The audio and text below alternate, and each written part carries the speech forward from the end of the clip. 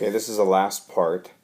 I have a little bit of a science background, and I know you usually multiply pressure times volume. So I had a thought.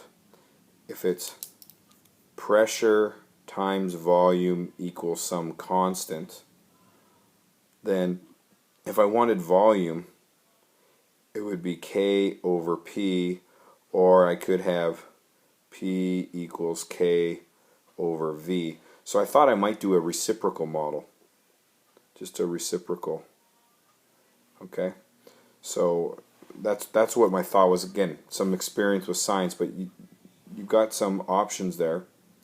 So that's what I tried here. And so what I did was I said, okay, this is the pressure still. Pressure down here on the x-axis. And this is 1 over the volume. Okay? And I got this pretty nice straight line. And you can look at the R value. It's fantastic. It's basically 1. It's not quite 1. So I'm glad I paid attention in chemistry so that I would understand that pressure and volume, or maybe it was physics. And so I have this model here. Now the only thing I had to check was the residual plot. And compared to the logarithm one,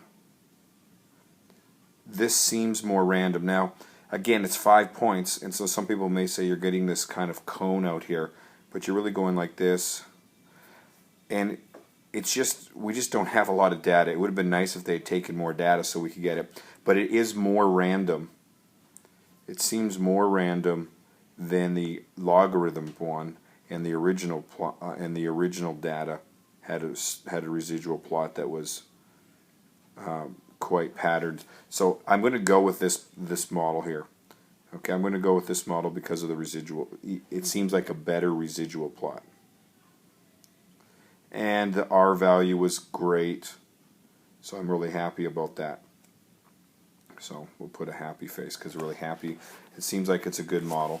And I remember something like this in chemistry that seemed to make sense. Okay, so let's write the model down. We said that 1 over the, so this is a prediction here. The predicted 1 over the volume is, so this is a really point 0.00008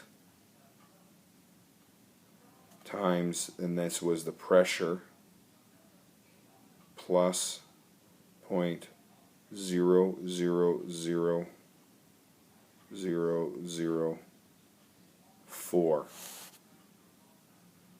Okay, that's fine. So we put that in the formula, and they said you had to predict it for a pressure of 325.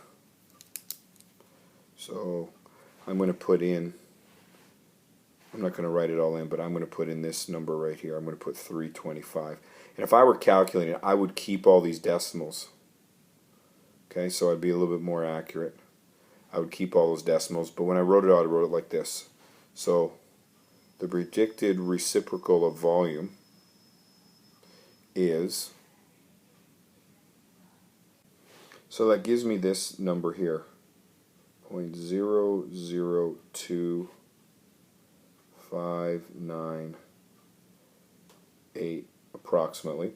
And then if I do the reciprocal of it, so I'm just going to do the reciprocal of this. So what I'm really going to type on my calculator is I'm going to type this with an x to the -1 key. And if I do this to the -1, I actually get volume. Okay, so I'm just going to, and it ends up being about 384.9, and I don't know the units on it. It's probably pascals or something like that, is the predicted volume. Don't forget to go like this, predicted volume. Right there. Here, I'll take rid of that. I'll do it in a different color so you can see it better. This is the predicted volume.